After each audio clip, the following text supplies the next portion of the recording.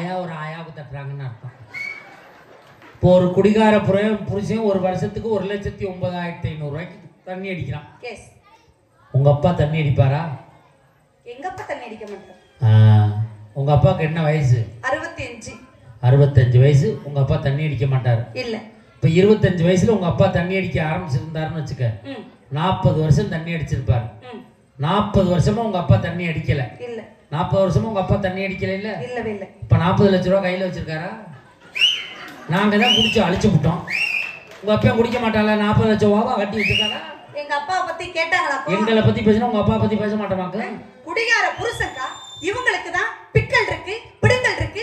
அம்மா கூட இருக்கும்போது கஷ்டம் இல்லன்னு தண்ணி அடிக்காம இப்ப பொண்டாட்டி வந்ததுக்கு அப்புறம் தண்ணி அடிக்கிறீங்களே, அதே மாதிரி மனைவி நாங்களா சேர்ந்து புருஷன் சரியில்லை, கொழுந்தனார் சரியில்லை, ஏன் உங்க குடும்பமே விலகலன்னு நாங்க ஆளுக்கு ஒரு கட்டி அடிச்சா உங்க குடும்பம் என்ன ஆகும்? குடும்பத்துல எந்த பிரச்சனையும் வராது. ஓ வாடை எனக்கு தெரியாது, என் வாடை உனக்கு தெரியாது, ஆம்பளேட்டா போட்டு ஆளுக்கு பதியா பிச்சு தின்னுட்டு போயிட்டே இருக்கலாம். குடிகார புருஷன் நைட்டு வரட்டும் சார். ஒவ்வொரு ஏழை பிள்ளை நாங்களா ஒரு வீட்டுக்கு வாக்கப்பட்டு வந்ததுக்கு அப்புறம் குடிச்சிட்டு வந்தா கூட மண்ணோட வருவார் சார். அந்த மண்ணை இந்த முந்தானையில எடுத்து அவன் மூஞ்ச தொடச்சு. அதை மட்டும் சொல்லாத. ஏன் எங்க ஊர்ல நேற்று ஒருத்தன் மூஞ்சி ஊரா ரத்தமா வந்தான். என்னடா அங்கிட்ட என் பொண்டாட்டி முந்தானையில தொடச்சா, அதுக்கப்புறம் ரத்தம் வரணும்னா கல்லு பதிச்ச சேலை கட்டிட்டு இருக்கான். இதை எடுத்து இப்படி இருக்கும் உப்பு குடிச்சுட்டு போயிடுச்சு சார். ரத்த முகத்துல வந்தா கூட அதுல மருந்து வச்சு பஞ்செல்லாம் வச்சு கட்டு எப்படி தெரியுமா போடுவான்? எப்படி போடுவான்? கீழே இருக்கிற புருஷனை, மன்னவனா இருக்கிறவனை அப்படியே மேல கொண்டே சேர்த்துருவான். அண்ணே அப்படிலாம் சேர்ப்போமாண்ணே. கீழே இருக்கிற மண்ணோட உள்ள புருஷனை மேல. பொண்டாட்டி பெருசா என்ன ஆசைப்படுறோம்? என்ன சைக்கிள்ல வர புருஷன் பைக்ல வர மாட்டாரா? பைக்ல ஓட்டுற புருஷன் கார்ல வர மாட்டாரா? கார்ல வந்தவரு ஒரு நாள் ஏரோப்ளேன்ல போக மாட்டாரா? ஏரோப்ளேன்ல போனவரு கீழே விழுந்து 1 கோடி வாங்க மாட்டாரா? உங்க பிளான் போறாங்க தெரியும். அப்படி மண்ணோட இருந்தாலும் அப்படியே மன்னவனா எப்படி தெரியுமா ஒரு தாரமாக்குவா? மன்னவனே மன்னவனே மலையிட்ட சின்னவனே உன்னை போல யாரும் இல்லை. தலைவா தலைவா அன்ன கிளி சின்ன கிளி இலகட்டு வண்ண கிளி என்ன வேணும் கேளு நான் தரவா தரவா உன்னை நினைச்சுட்டா நான் தினமுந்தா என் தலைவாரி பூச்சூடினே ஒருபோது பூ மட்டும் வாழாது வாழி மண்ணு பண்ணி மலையிட்ட சின்ன பண்ணி உன்னை போல யாரும் இல்லை. தலைவா தலைவா. இவ்வளவு பேசுறீங்கல்ல, உங்களுக்கு மனைவி வேணுமா வேணாமா? எனக்கு மனைவி எனக்கு வேணும். பஞ்சண்ணா உங்களுக்கு மனைவி வேணுமாடமா? அண்ணா உங்களுக்கு மனைவி? அண்ணா உங்களுக்கு மனைவி? இந்த திருவிழாவுக்கு வந்திருக்க எந்த ஆண்களாவது மனைவி வேணான்னு சொல்ற ஆண்கள் இருந்தா கை தூக்குங்க சார். என் வளைகாப்புக்கு போட்ட 4 பவுன் வளையல நான் கொடுத்துட்டு போறேன் சார். பாத்தீங்களா சார் எவ்வளவு தம்பி தூக்க முயற்சி பண்ணாப்ல அங்கிட்டு பார்த்தாப்ல ஆத்தாடி இது ஏன்டா வம்புடுங்க சார். உண்மையாக்கா இந்த ஊர் பெண்கள் இந்த ஊர் ஆண்களுக்கா கை தட்டுங்களா? நல்லா கை தட்டுங்கக்கா. உண்மையாலுமே இவ்வளவுக்கு மனைவி கேலி செய்யும்போது சிரிச்சாங்க. ஆனா மனைவி வேணான்னு சொல்லும் போது தூக்கல. பாத்தீங்களா சார்? தூக்கல. இவங்களெல்லாம் போ சொல்லிட்டு கேளு. 50 பேர் 2 கையை தூக்குவாங்க.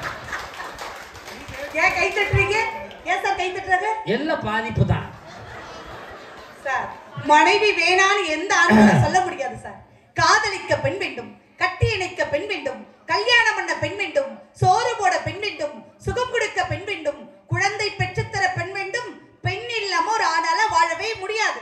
சொந்தங்களை விட்டு சொர்க்கத்தை தருவோம் மனைவி, பந்தங்களை விட்டு பாசத்தை தருவோம் மனைவி, எங்கள் கண்ணீரை அடக்கி கடலை துடைப்போம் மனைவி. மனைவியோட எத்தனை வருஷம் வாழணும்? நான் இருக்கும் வரை அவள் இருக்க வேண்டும். மஞ்சுண்ணா நீங்க?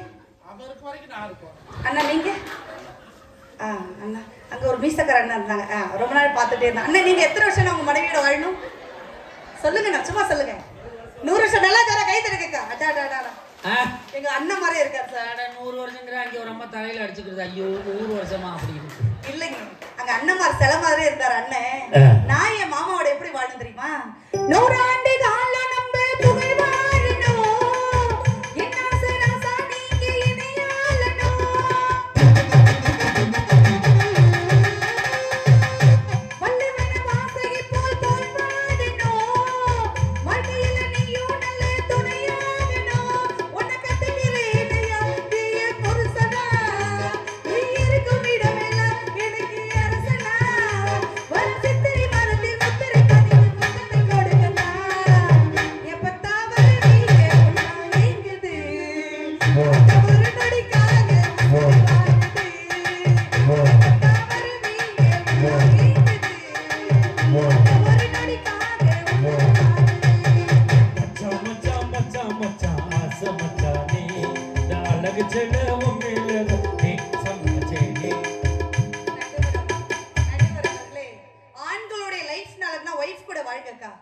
கோயிலுக்கு போய் நீங்க எல்லாம் ஓம் ஓம்னு சொல்றதை விட எல்லா ஆண்களும் மனைவி கிட்ட ஓம் ஓம்னு கோயில்ல போய் சொல்றதை விட மனைவி கிட்ட நீங்க ஆம் ஆம்னு சொல்லுங்க. தேவதை மாதிரி மனைவி கிடைக்கலன்னு எந்த ஆண்களும் கவலைப்படாதீங்க. கிடைச்ச மனைவியை தேவதையா வச்சு பாருங்க. காலையில வெங்காயம் அரிஞ்சு கொடுங்க அப்படின்னு புருஷனை கேட்கும் போது நான் பெரிய வீர சூரம் எல்லாம் பேசாதீங்க. ஆண்மை என்ன தெரியுங்களா? மனைவிக்கு குழந்தை கொடுப்பதல்ல ஆண்மை, மனைவிக்கு குழந்தை கொடுப்பதல்ல ஆண்மை, தன் மனைவியை குழந்தையாக பார்த்து கொள்வதன் ஆண்மை. நடுவுகளே, இந்த பூமியே 3 விஷயத்தை மையம் கொண்டது. ஒன்னு படைத்தல், ஒன்னு காத்தல், ஒன்னு அழித்தல். படைத்தல் யாருடைய வேலை? பிரம்மனுடைய வேலை. அதுக்கு என்ன வேணும்? அறிவு வேணும். அறிவு யாருக்கிட்ட இருக்கு? சரஸ்வதி கிட்ட இருக்கு. அடுத்தது அழித்தல் காத்தல் யாருடைய வேலை? திருமாலுடைய வேலை. அதுக்கு என்ன வேணும்? செல்வம் வேணும். செல்வம் யாருக்கிட்ட இருக்கு? லட்சுமி கிட்ட இருக்கு. அடுத்தது அழித்தல் யாருடைய வேலை? சிவபெருமானுடைய வேலை. அதுக்கு என்ன வேணும்? சக்தி வேணும். சக்தி யாருக்கிட்ட இருக்கு? பராசக்தி கிட்ட இருக்கு. ஆண்டவனே குடும்ப மகிழ்ச்சி காரணம், தாயை விட தாரம்னு அகில உலகத்தையே கொடுக்கும் போது சக்தி இல்லையே சிவன் இல்லை.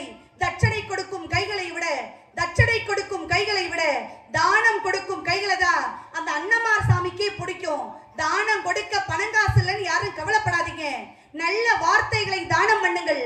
நம்ம அழிஞ்சு போகணும்னு நினைக்கிறவங்க கூட நீ நல்லா இருந்துட்டு போடாங்கிற நல்ல வார்த்தைகளை தானம் பண்ணுங்கள் என்று கூறி, வானவில் வளைந்தால்தான் அழகு, ஒவ்வொரு கணவனும் மனைவிக்கு வளைந்து கொடுத்தால்தான் அழகு என்று கூறி வாய்ப்பளித்த உங்கள் அத்துறை பேருக்கும் நன்றி கூறி விடைபெறுகிறேன். நன்றி, வணக்கம். நல்ல ஒரு கைதட்டல். உள்ளமே உனக்கு தாகம், உள்ளமே உனக்கு தாகம், உசுரே உனக்கு தாகம், உள்ளமே உனக்கு தாகம், உசுரே உனக்கு தாகம். உன்னையும் என்னையும் பிரிச்சா உலகமில்லை, தண்ணிக்கும் மீனுக்கும் என்னைக்கும் உலகமில்லை. வாழ்ந்தா உன்னோடு மட்டுமே வாழுவேன், இல்லையே மண்ணோடு போய் நான் சேருவேன்.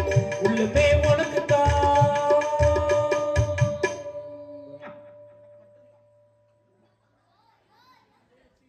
பாண்டிச்சேரி கவிதமி நல்லா பேசியிருக்காங்க. ஒரு கைதட்டல் கொடுங்க பாப்போம். பதிலுக்கு பதில் அருமையா பேசியிருக்காங்க. உண்மையிலே நல்ல பேச்சு, அருமையான பேச்சு.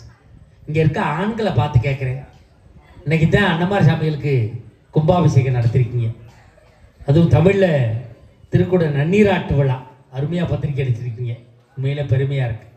மனச்சாட்சியோடு சொல்லுங்க. இந்த அம்மா கேட்டதுக்கு நீங்க கை தூக்கல, இப்ப நான் கேட்கிறேன், கை தூக்குங்க. இந்த ஜென்மத்துல வாச்ச பொண்டாட்டி தான் எனக்கு 7 ஜென்மத்துக்கும் வேணும்னு நினைக்கிற ஆம்பளை இருந்தா கை தூக்குங்க பாப்போம்.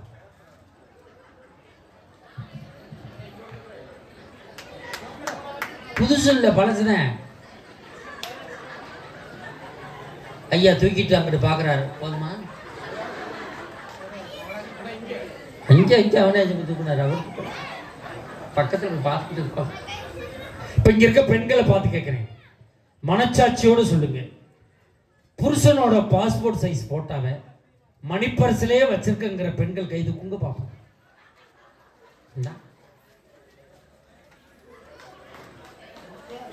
அந்த அக்கா சொல்லுது, அதை வீட்டில் வச்சிருக்கதே பரிசு, இதில் மணிப்பரிசில் வச்சுக்கிறாங்க. மணிப்பரிசில் அந்த அக்கா தூக்கிட்டு கை தூக்கிட்டு சொல்லுது, சும்மா தூக்குங்கடி பண்ண மணிப்பரிசை திறந்தா பார்க்க போறான்.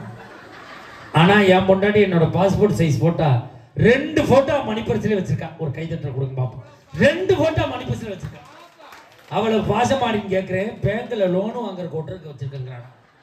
ஓட்டி போட்டு சார்ஜ் கையெழுத்து போட்டு விட்டுறோம், பேங்குக்கு வீட்டுக்கு லோன்னு அலைய வேண்டியதுதான். இப்போ எங்கே நிம்மதி இருக்கு? ஆனால் பணம் தானே வேணும், சொத்து தானே வேணும் என்று பேச வருகிறார் பெரும்புலவர். டீ குடிக்கிறியா? அப்போ குடி குடி குடி குடி நீச்சல். டீ அடியா, நீ கையில் அடியா, டீய கையில் எடு, டீய கையில் எடு, குடி குடியா, நல்ல குடி. நீ குடிச்சியாமா? நீ குடி. நீ நீ நீ பிஸ்கட் வாங்கிக்கிறியா? வாங்கி சாப்பிடு, குடி, வாங்கி சாப்பிடு. உழைக்கிறவன் ஒருத்தன், உறிஞ்சி குடிக்கிறவன் 9 பேர். நீ சாப்பிடுங்க, நீ சாப்பிடு, கீழே வைக்காத. சாப்பிடு பிஸ்கட்டா, சாப்பிடு சாப்பிடு சாப்பிடு. அதான் எனக்கு இந்த இதை கொடுத்துக்கிட்டு உங்களுக்கு ஏதாவது நல்ல பிஸ்கட் லேடிஸ் பார்த்து கொடுத்துருப்பாங்க.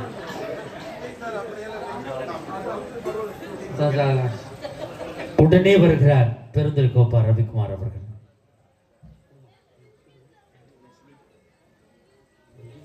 ஹலோ.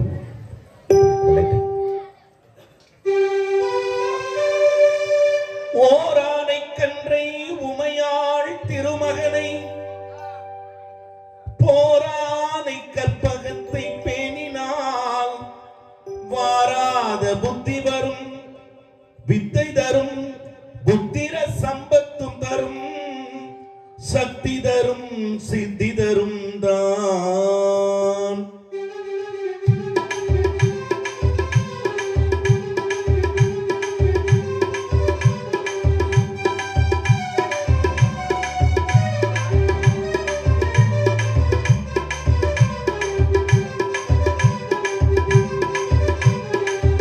போட்டு செயல் எதுவும் தொடங்கு, பிள்ளையார் சுழி போட்டு செயல் எதுவும் தொடங்கு, அதன் துணையாலே சுகம் கூடும் தொடர்ந்து, அதன் துணையாலே சுகம் கூடும் தொடர்ந்து, பிள்ளையார் சுழி போட்டு செயல் எதுவும் தொடங்கு.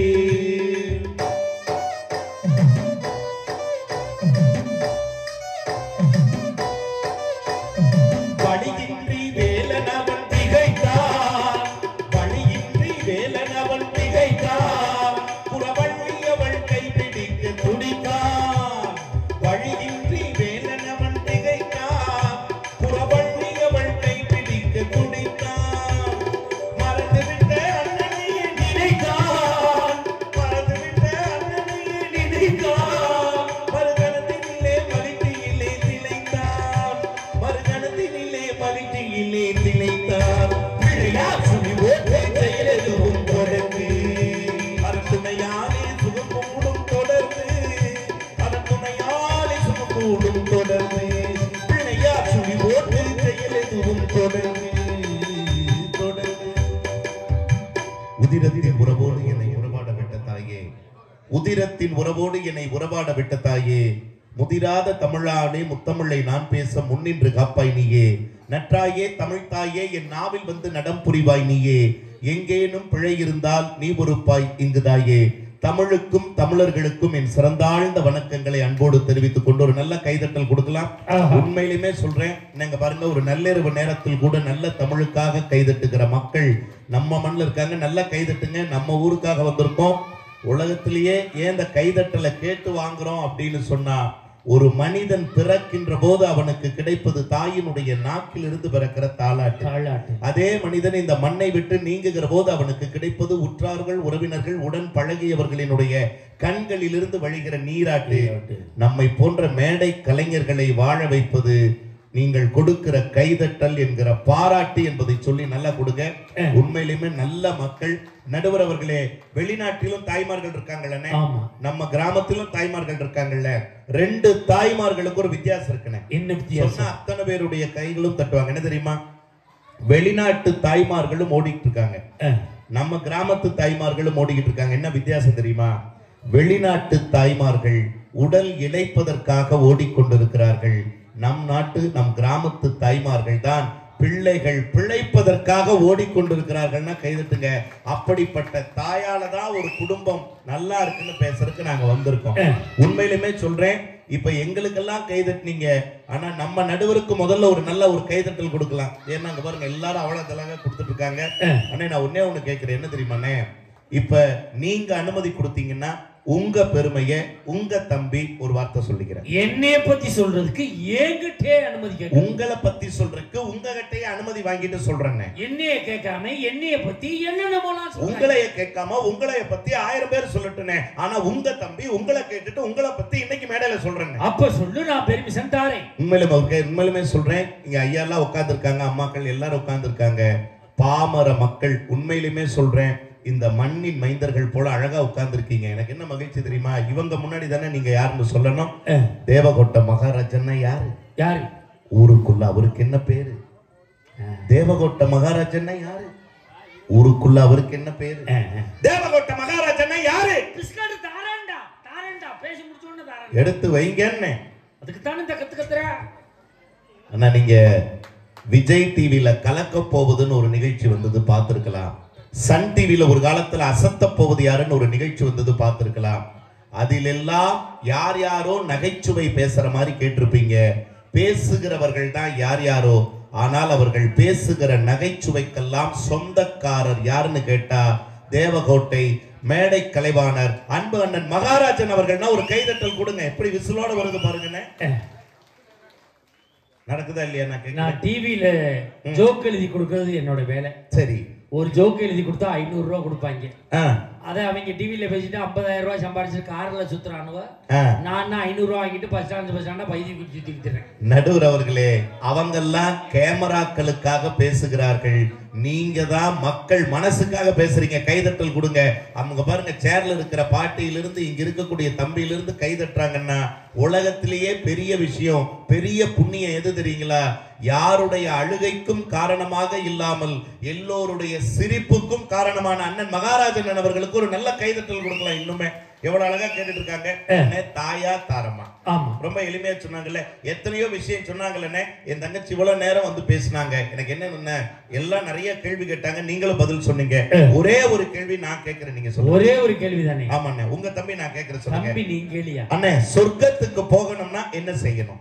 சொர்க்கத்துக்கு போகணும்னா அண்ணா, மக்கள்லாம் ரொம்ப ஆர்வமா இருக்காங்க. நீங்க என்ன பதில் சொல்ல போறீங்க? என்ன இவங்க என்ன சொல்றாங்க? தங்கச்சி என்ன சொல்றாங்க? தர்மம் பண்ணணும். தர்மம், புண்ணியம் பண்ணணும். சரி. மனைவியை கண்கலங்காம பாத்துக்கணும். அதெல்லாம் பண்ண வேண்டாம். அடுத்தவங்க கூட கெட்டு போட்டு பொன்னார் சங்கருக்கு போய் சாமி கும்பிடணும். பொன்னார் சங்கத்தை என்னன்னு கும்பிடணும்? அடுத்தவங்க கூட கெட்டு போகணும். அடுத்தவங்க எல்லாம் வீடு வந்து சேரக்கூடாது. அவன் தறி ஓட்டுனா ஆடி அக்குறமும் போகணும். வெள்ளி வருஷம் தீ பிடிச்சி அறியணும். என்னென்னமோ சொல்றான். வேண்டுதலையெல்லாம் சொல்லிக்கிட்டு இருக்காங்க. ஆமாண்ணே, எனக்கு அப்படிதானே தோணுது. அவர் என்னமோ சொல்ற வர்றாருண்ணே. தம்பி, சொர்க்கத்துக்கு போகணும்னா என்ன பண்ணணும்? பொண்டாட்டி ஊருக்கு போகணுங்கிறாங்க. அந்த எஃபெக்ட்ல சொல்லிட்டு இருக்காரு. அண்ணா நீங்க சொல்லுங்க அண்ணா. அவங்க ஒரு மாதிரி சொல்றாங்க. இப்ப நடுவர் நீங்க என்ன சொல்றீங்க? நான் அதை கும்பாபிஷேக நாள்ல நீங்க சொல்லுங்கண்ணே. சொர்க்கத்துக்கு போகணும்னா என்ன செய்யணும்? ஒன்னே ஒண்ணுதான் அண்ணே. அவங்க சொன்ன 3 நாள் எல்லாம் செய்ய வேண்டாமா? ஒன்னே ஒண்ணுதான். ஒன்னே ஒண்ணு செஞ்ச போதுமா? மக்கள் ஆர்வமா கேட்டுக்கிட்டு இருக்காங்க. சொல்லுங்கண்ணே, என்ன செய்யணும்? செத்தா சொர்க்கத்துக்கு போலாமா? செத்தா சொர்க்கத்துக்கு போகணும். ஆனா உண்மையா சொல்றேன், நம்ம கிராமத்துல செத்தாதான் சொர்க்கத்துக்கு போகணுங்கிற அவசியம் இல்லை நடுவர் அவர்களே. இப்படி ஊருக்குள்ள எல்லாரும் ஒரு உறவுகளா இருந்து இப்படி சிரிச்சு சந்தோஷமா இருக்கிறதே சொர்க்கம். கைதட்டல் கொடுங்க. இதை விட வாழ்க்கையில என்னங்க இருக்க போகுது சொர்க்கம்? இதை இசைஞானி இளையராஜா ஒரு பாட்டுல கொடுத்தாரு பாருங்க.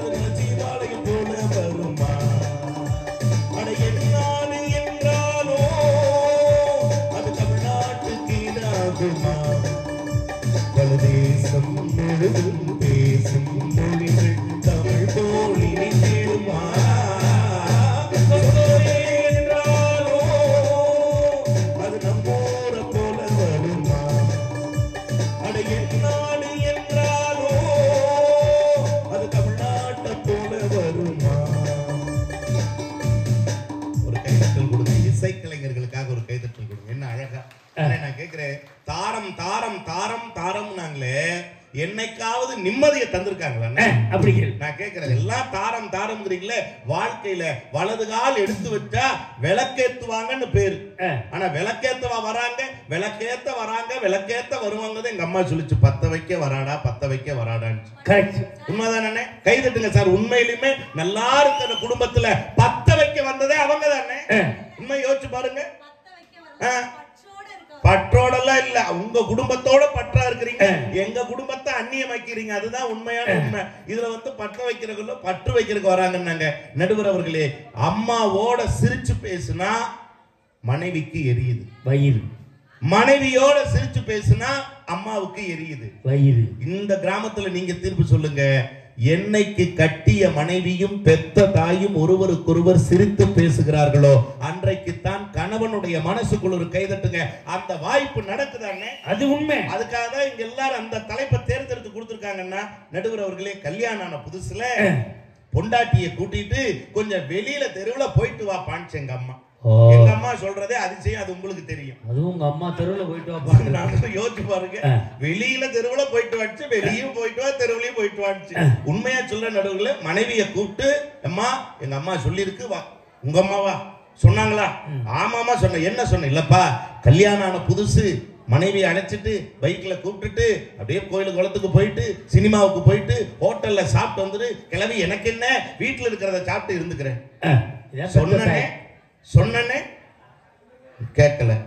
மறுபடியும் கேட்டா, உங்க அம்மா என்ன சொன்னாங்கன்னா, இப்ப இத தாப்பா சொன்னாங்கன்னு வண்டியில ஏறி உட்கார்ந்தாச்சுன்னு, வண்டி வீட்டுல இருந்து வெளியில வருது, வீதிக்குள்ள வண்டி ஓட்டுறேன், சொரண்டுனா உங்க அம்மா என்ன சொன்னாங்கன்னா, இந்த மாதிரிப்பா கோயில் குளத்துக்கு போயிட்டு சினிமாவுக்கு போயிட்டு ஹோட்டலுக்கு போயிட்டு சாப்பிட்டுட்டு அப்புறமா வீட்டுக்கு வாங்கன்னா, வண்டி வீதியில இருந்து மெயின் ரோட்டுக்கு வருதுன்னு மறுபடியும் முதுக சொரண்டா, உங்க அம்மா என்ன சொன்னாங்க அப்படின்னா.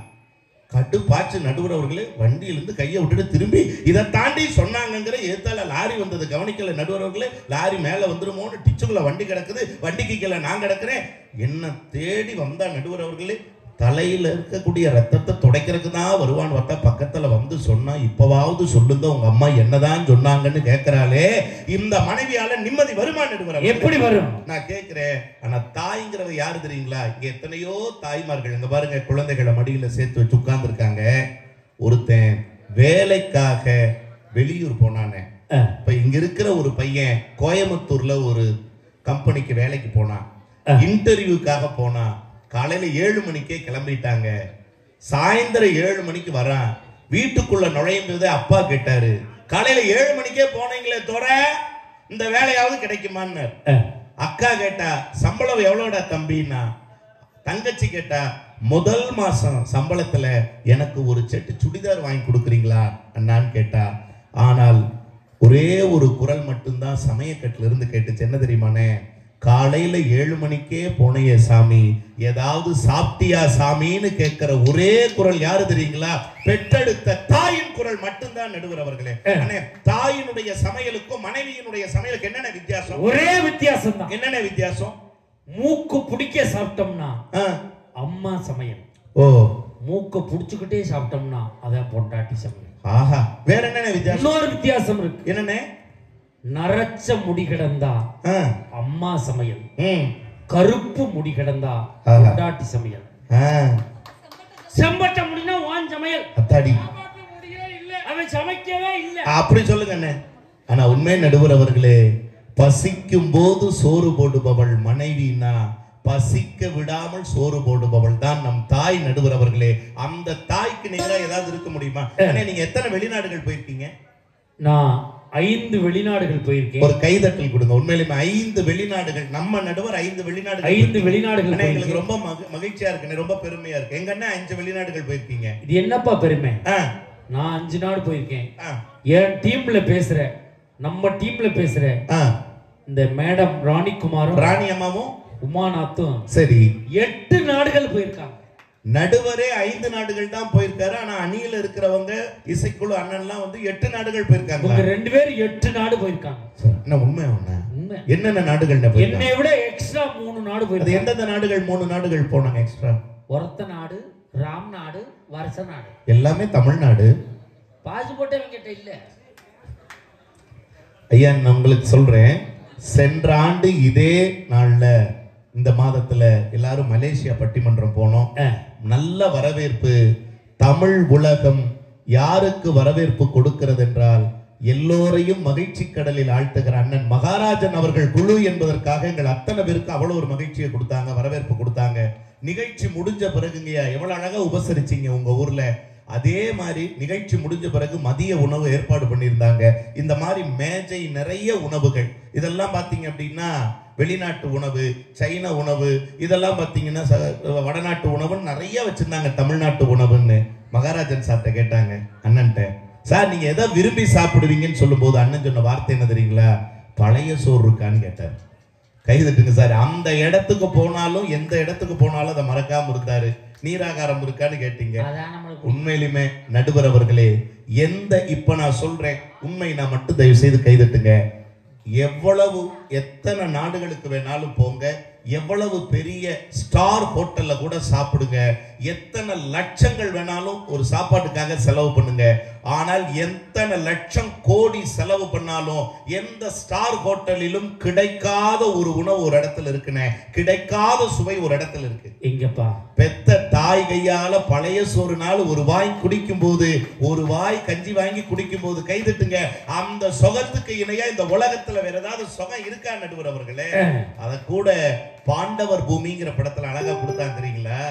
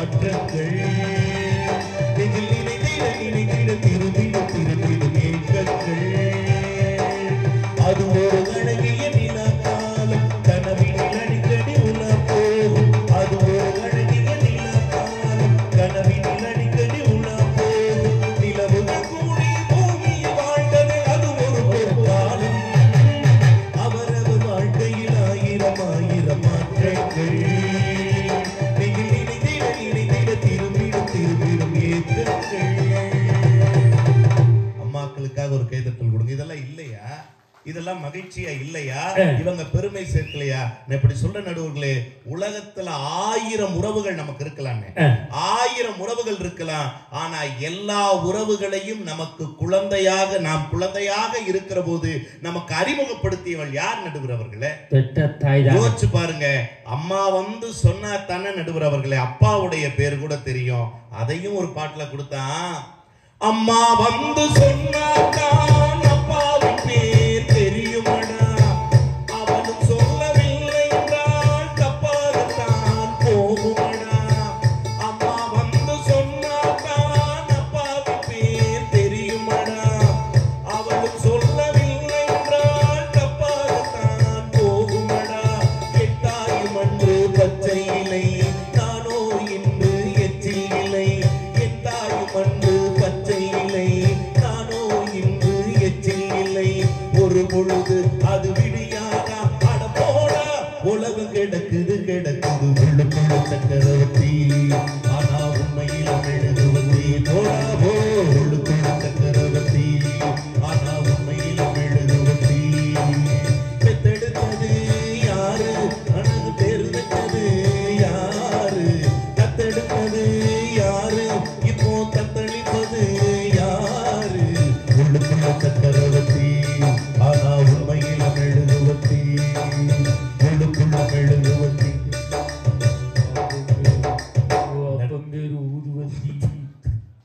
நடுவர் அவர்களே, இங்க இருக்கிற தாய்மார்கள், இங்க எத்தனையோ இளைஞர்கள் டிகிரி படிச்சிருக்கலாம், ஸ்கூல் படிச்சிருக்கலாம். ஒன்னு சொல்லட்டுங்களா?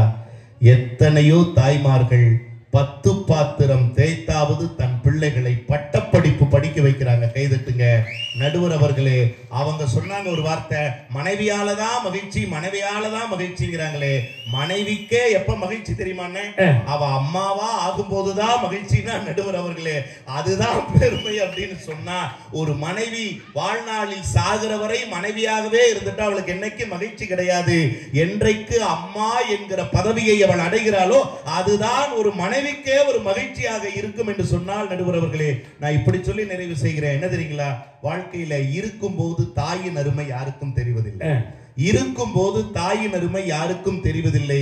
சண்டை போட்டே கொள்றாங்களே. நான் கேட்கிறேன், அவங்க வீட்டு உறவுகள் வந்தா ஒரு மாதிரி நடத்துறாங்க, நம்ம வீட்டு உறவுகள் வந்தா ஒரு மாதிரி நடத்துறாங்களே.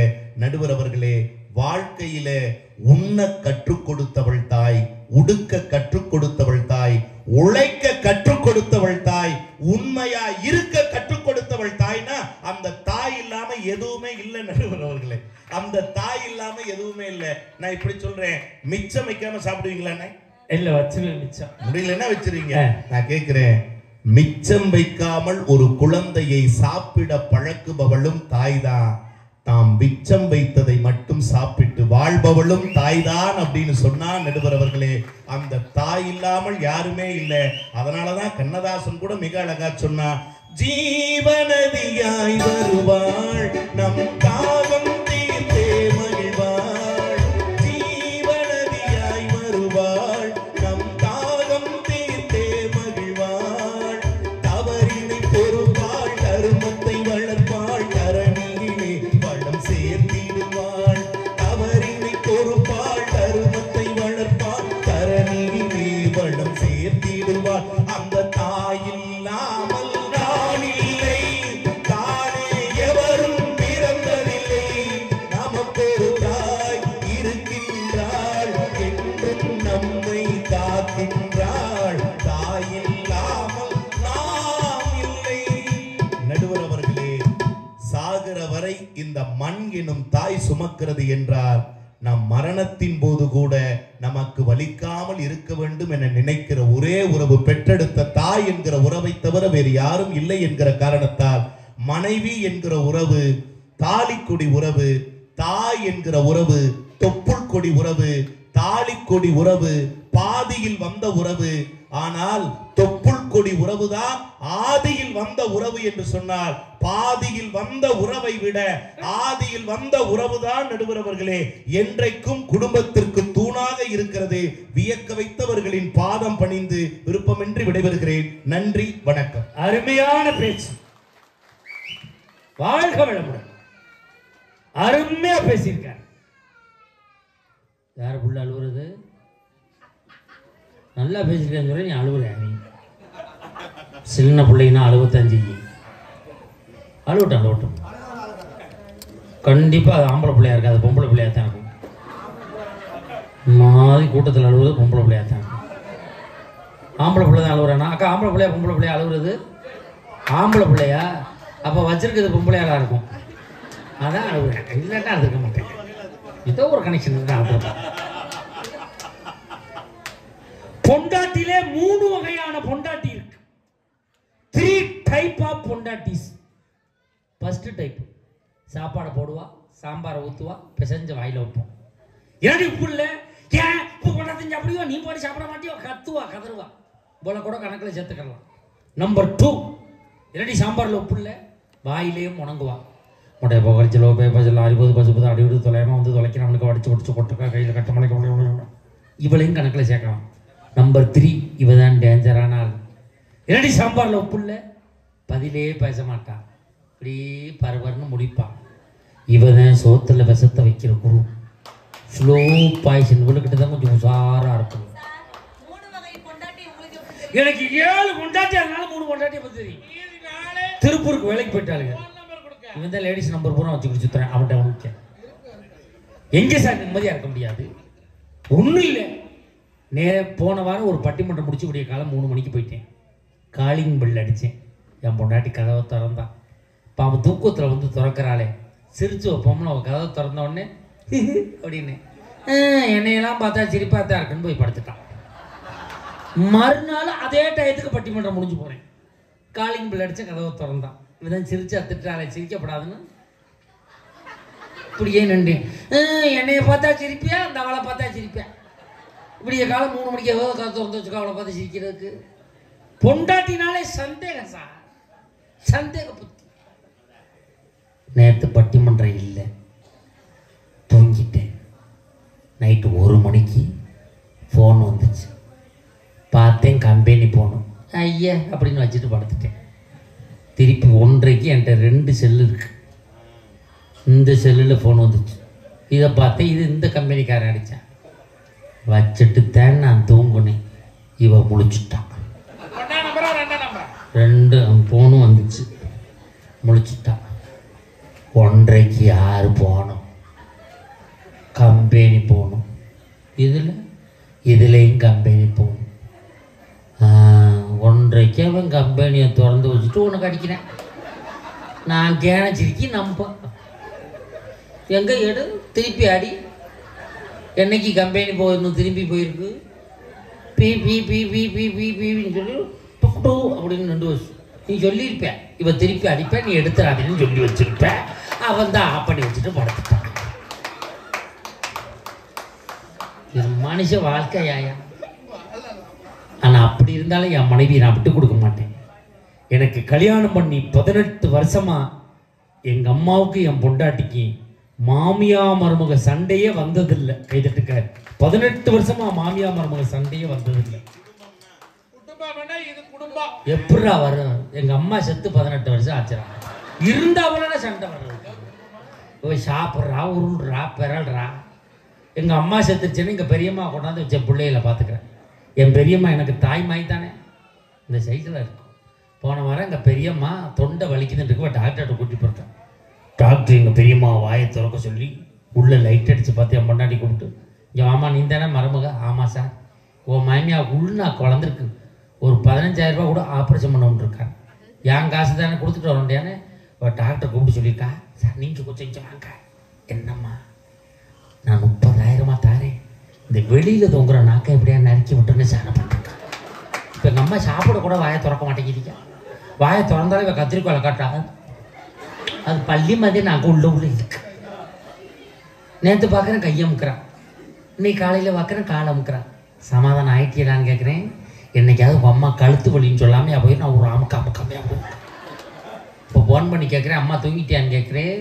நான் பாயில் தூங்குறடா, செவுத்துலேயே தூங்குறேன்டா, பள்ளி மாதிரி சாத்திக்கிட்டு. ஆமான்னு கேட்குறேன். எப்போ அமுக்கான்னு தெரில, அவள் குணங்குறிச்சி அறியில்லாதவ எப்போ இங்கிட்டு திண்டு முடியும் தெரியவாட்ட. அப்புறம் அவள் உயரத்துக்கு போட்டு அமுக்கினா கரெக்டாக இருக்கும்டா. அப்படி எங்கே நிம்மதியாக வாழ முடியுது? அப்போ உறவுகளால் சந்தோஷம் இல்லை, பொண்டாட்டியால் சந்தோஷம் இல்லைன்னு புலம்பி தித்திருக்கார் பெரும்புலவர் கோப்பா ரவிக்குமார். பட குடும்பத்தை வரவு செய்யக்கூடிய ராணிக்குமார் அவர்கள் குடும்பத்திற்காக வருகிறார். சிரிச்சியா? இல்ல